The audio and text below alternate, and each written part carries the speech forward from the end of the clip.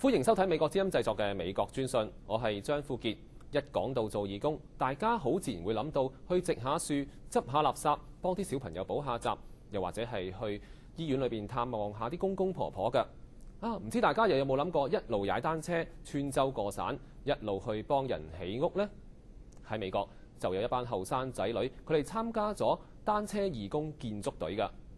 佢哋喺2個月之內起咗成30幾間屋，當中嘅過程苦樂參半。下面就係柏登嘅報導。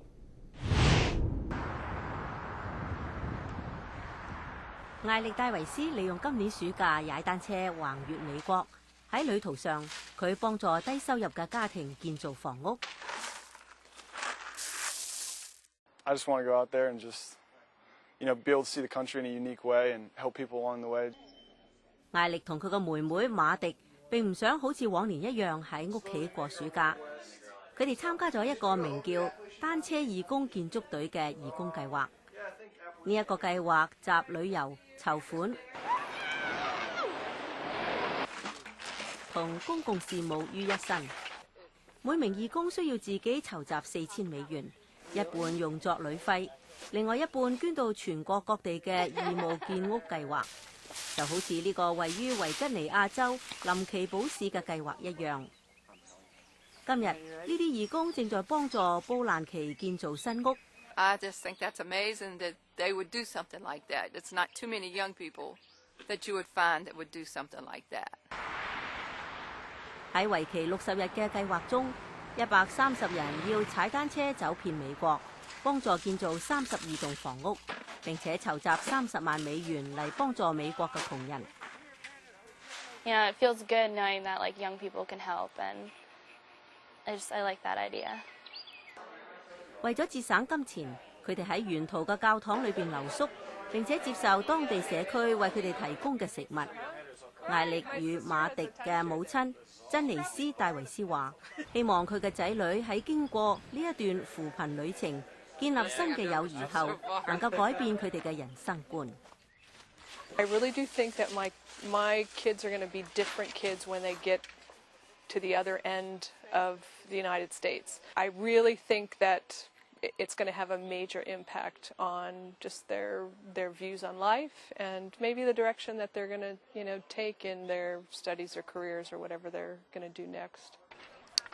不過喺今日之內，佢哋最需要完成嘅任務就係要繼續西行48公里先至能夠休息。下晝可能有機會沖涼。記者柏登喺維吉尼亞州林奇堡市報導。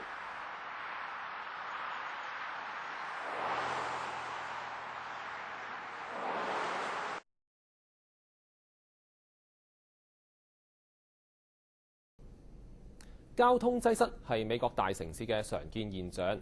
為咗減少美國人嘅汽車擁有量，但係同時又可以隨時揸車，一啲租車公司最近就諗咗一條計仔喎。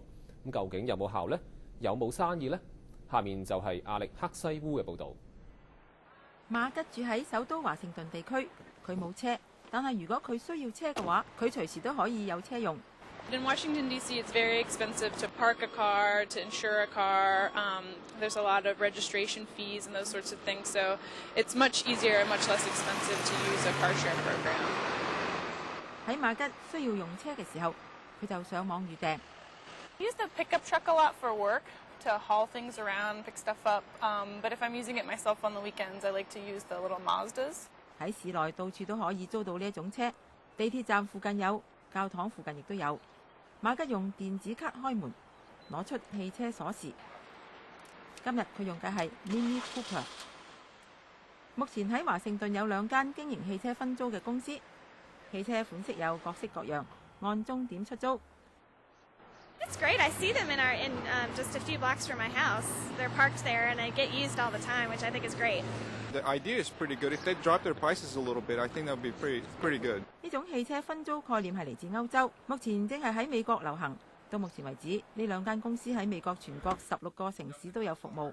華盛頓一間公司嘅總經理艾爾羅表示，大約有1萬人已經使用佢嘅公司提供嘅服務啦。Every time we put another car out, we're finding 30, 40, 50 members are coming to us just because every new car location makes us more convenient to more people.